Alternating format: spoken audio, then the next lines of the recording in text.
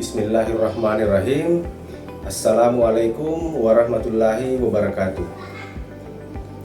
Perkenalkan, nama saya Andi Alamsyah Perdana Putra, dosen dalam Prodi Hukum Keluarga, jurusan Syariah dan Hukum pada kampus STAI DDI Makassar.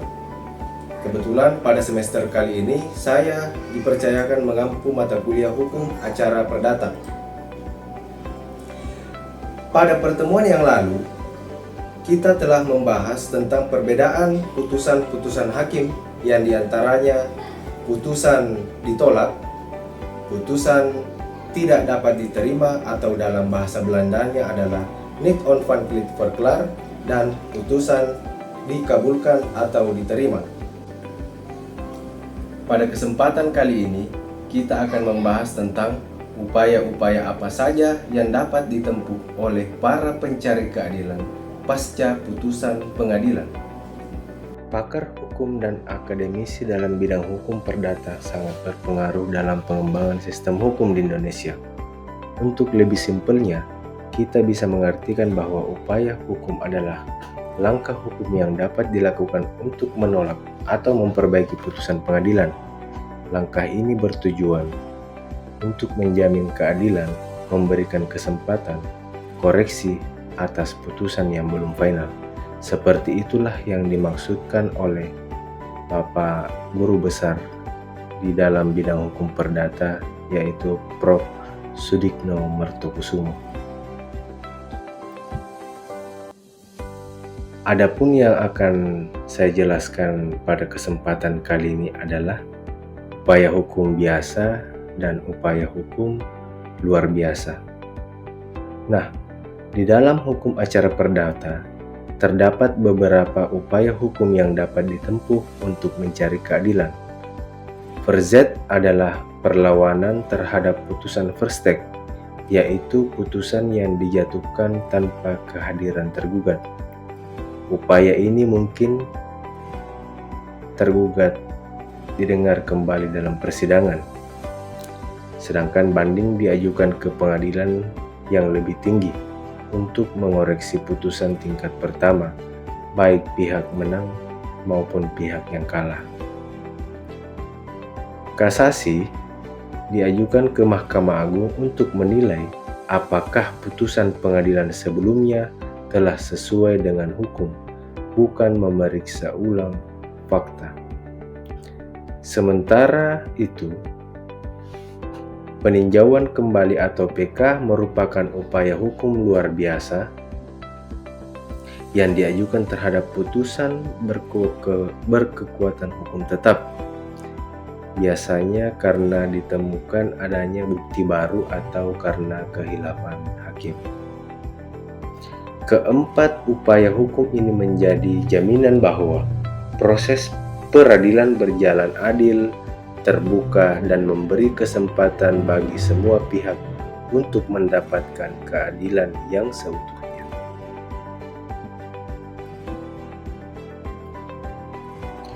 Di slide sebelumnya, kalian telah melihat adanya upaya hukum Verzet yang diawali dengan putusan Verstek. Sedangkan yang sedikit saya jelaskan bahwa Verzet berasal dari bahasa Belanda yang berarti perlawanan. Dalam konteks hukum Indonesia, Verzet adalah upaya yang diajukan oleh tergugat terhadap putusan Verstek. Pada pertemuan yang lalu kita telah membahas tentang apa itu putusan Verstek. Dengan kata lain, Verzet adalah opsi bagi tergugat untuk meminta agar perkara yang telah diputus secara sepihak dapat diperiksa kembali, yakni dengan kehadiran kedua belah pihak, yang bertujuan untuk menjamin keadilan supaya pihak tergugat tidak dirugikan hanya karena ketidakhadirannya dalam sidang lalu atau diputus selama ia dapat menunjukkan alasannya wajar. Kalau dalam ilmu lebih dalam, kita akan lebih dikenal dengan istilah Frischwaring ataupun Tusem Koms. Tapi dalam pertemuan kali ini kita tidak perlu terlalu mendalam mengenai pembahasan Tusem Koms ataupun Frischwaring. Kemudian untuk berbicara kasus Verzet, kita akan memberikan contoh kasus. Simpelnya gini, Verzet dalam contoh kasus adalah dalam perceraian yang diajukan oleh pihak istri, katakanlah namanya si A, yang menggugat si B. Namun dalam proses pemanggilan secara patut, si B tetap tidak hadir ke persidangan, dan pada akhirnya majelis hakim menyimpulkan melanjutkan persidangan dan memutus perkara di luar hadirnya tergugat atau si suami. Ini hanya misalnya ya. Ternyata di belakangan si B atau suaminya baru mengetahui pemberitahuan putusan bahwa ia telah bercerai. Karena pada waktu itu si B sedang tidak berada di tempat, maka si B dalam jangka waktu 14 hari setelah si B menerima pemberitahuan putusan, ia boleh mengajukan Verzet, di mana pengadilan agama itu kompetensi pengadilan agama yang diajukan oleh istrinya. Kemudian ini yang lebih sering kita dengar, banding kasasi, tapi berbeda halnya dengan upaya hukum Verzet atau Der dan Verzet. Jika para pihak hadir sampai pada saat dibacakannya putusan, para pihak berhak menerima putusan atau mau melakukan upaya hukum banding. Ini dilakukan apabila salah satu pihak tidak puas dengan putusan tingkat pertama. Tujuan dari banding adalah supaya perkara yang diputus dapat diperiksa ulang secara menyeluruh, baik dari segi hukum maupun fakta, oleh pengadilan tingkat banding, dengan membuka kembali fakta-fakta dalam perkara sebelumnya di tingkat pertama, atau dalam hukum biasa juga disebut dengan judex facti.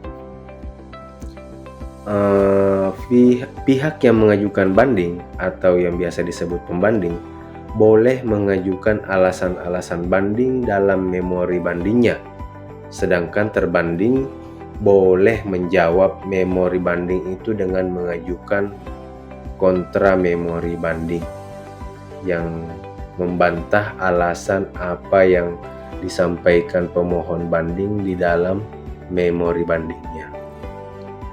Kemudian ini tentang kasasi. Secara umum dalam perkara perdata, upaya hukum yang diajukan ke Mahkamah Agung untuk memeriksa penerapan hukum judex jurnya. Seperti yang kita ketahui, pada tingkat banding ada masa tenggang waktu 14 hari. Itu pun juga berlaku di tingkat kasasi.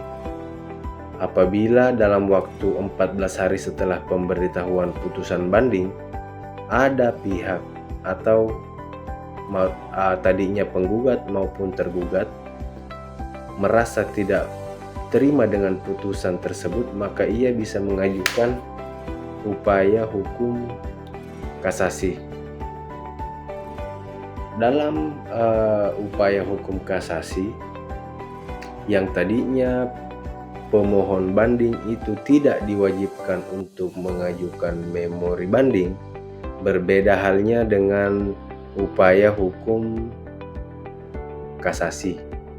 Dalam upaya hukum kasasi, pemohon wajib mengajukan memori kasasi. Namun untuk pihak termohon kasasi, termohon kasasi, dia pun punya hak untuk menjawab atau menanggapi memori kasasi yang diajukan oleh pemohon kasasi. Dalam artian, termohon kasasi itu tidak wajib untuk mengajukan kontra memori kasasi. Kemudian untuk lebih menggambarkan bayangan tentang materi apa yang kita bahas pada hari ini, maka kita akan memberikan ilustrasi atau contoh kasus tentang upaya hukum banding, kasasi, dan dilanjutkan dengan upaya hukum PK. Contoh kasus kayak gini. Si A adalah seorang pengusaha muda yang mengklaim tanahnya si B karena membelinya dari si C. Kemudian si B ini petani lokal yang tinggal di tanah tersebut selama kurang lebih 20 tahun dan telah memiliki surat apapun itu dari orang tuanya. Tapi secara hukum si B adalah dalam hukum dikenal dengan istilah babysitter. Alur singkatnya kayak gini. Sengketa dimulai suatu hari. Si A menggugat si B ke pengadilan negeri di mana lokasi tempat tinggal si B. Dan si A mengklaim bahwa lahan seluas 2000 meter persegi yang ditempati oleh si B adalah miliknya secara sah karena ia membeli dari pemilik sebelumnya dan mengantongi akta jual beli. Singkatnya, putusan pengadilan negeri di mana perkara itu disidangkan memutuskan bahwa si A, si pengusaha tadi itu menang karena bla bla bla bla dalam pertimbangan hukum pengadilan tingkat pertama. Nah, dari cerita ini si B pun tidak merasa puas dengan putusan pengadilan tingkat pertama tersebut, maka si B menyatakan banding dengan alasan karena dari selain dengan bentuk penguasaan dan surat-surat bukti yang menurutnya sah dimiliki keluarganya sejak ternyata setelah melakukan upaya banding, putusan pengadilan tinggi pun memutuskan bahwa si B lah yang menang dengan alasan pertimbangan putusan majelis hakim pengadilan tinggi, si B lah yang menang. Nah, kembali lagi si A sebagai pihak yang merasa kalah dirugikan karena banyak mengeluarkan biaya, maka mengajukan kasasi ke Mahkamah Agung. Di tahap kasasi, singkat cerita, si A lah yang memenangkan perkara dan dianggap sebagai pemilik sah terhadap lahan yang dipersengketakan oleh si petani tadi.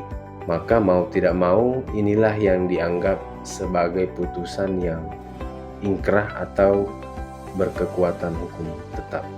Nah, selain upaya hukum biasa, tadi kita dari slide sebelumnya ada upaya hukum luar biasa. Nah, itulah yang dimaksud dengan upaya hukum peninjauan kembali. Mungkin teman-teman bisa membaca slide terkait apa yang dimaksud dengan upaya hukum peninjauan kembali. Adapun alasan-alasan yang dapat diajukan oleh pemohon PK, yang pertama adalah novum, putusan berdasarkan kebohongan atau tipu muslihat, bertentangan dengan hukum yang berlaku, atau kekhilafan hakim. Tapi khusus untuk di pertemuan kali ini kita akan membahas tentang adanya novum. Novum adalah bukti baru. Nah, dalam contoh ilustrasi tadi di atas, Si B lah, si B yang sebagai tergugat pada perkara awal dapat mengajukan PK dengan alasan novum, misalnya berupa surat kepemilikan dari orang tuanya. Namun pada saat persidangan di tingkat awal maupun banding, surat tersebut belum ditemukan. Nah, pada saat persidangan tingkat peninjauan kembali, orang yang dianggap menemukan bukti tersebut akan disumpah di pengadilan kapan dan di mana bukti surat tersebut ditemukan. Kesimpulan daripada apa yang menjadi pembahasan kita pada pertemuan kali ini adalah pentingnya upaya hukum adalah untuk menjamin keadilan dan kepastian hukum dan memberi kesempatan kepada para pihak untuk memperjuangkan hak. Dari pertemuan kali ini kita akan memberikan tugas untuk kalian kerjakan dan kita akan membahasnya pada pertemuan berikutnya. Demikian pertemuan kita kali ini. Sampai jumpa di pertemuan kita berikutnya.